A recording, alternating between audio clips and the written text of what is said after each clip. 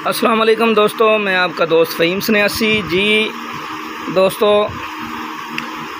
आज मैं एक नुस्खा लेके आया हूँ, नीला सफ़ेद बिला जंगार और बाग करंट का। ये पहले हम दाबू तैयार करेंगे, फिर नीला बनेगा जी।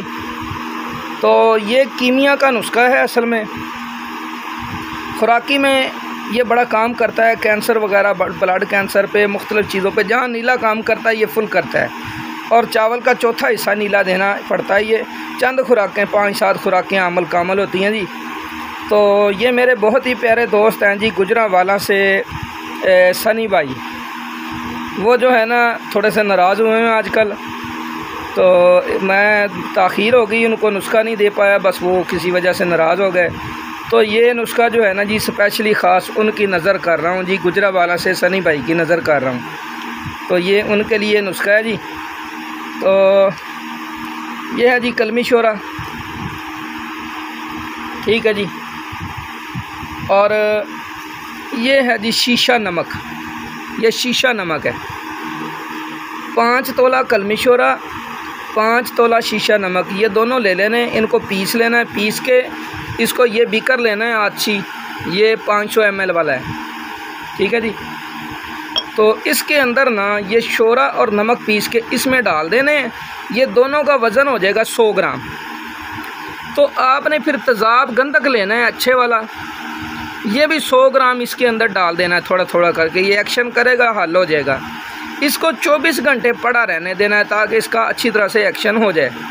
फिर इसको बीकर को रेत के अंदर रख के इसको तेज़ आग पे तेज़ाब उड़ा देना है। जब अच्छी तरह तेज़ाब का धुआं ख़त्म हो जाए और बू आनी बंद हो जाए, ठंडा करें और इसको शोरे और शीशा नमक को निकाल के पीस लें।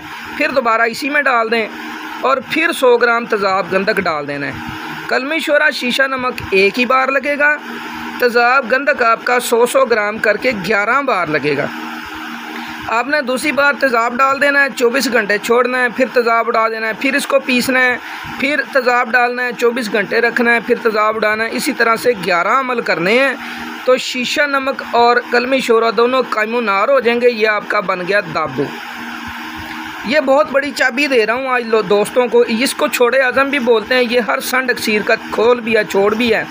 इसके खल तशबीह करने से हर अक्सीर खुल जाती है। और बाकी जो है ना जी, ये दाबू रेजन तरप्याली में आधा नीचे डालें शोरे और शीशा नमक का दाबू, नीचे डालें शोरे और शीशा नमक का दाबू, आधा ऊपर डालें। दरमियान में 1 से 2 तोला की डली क्रिस्टल ICI की नीले की रखें और इसको 2-24 आग पे 12 घंटा पका के ठंडा करके आप निकालेंगे तो आपका नीला बिल्कुल सफ़ेद होगा, बिला जंगार होगा, बाग करंट होगा।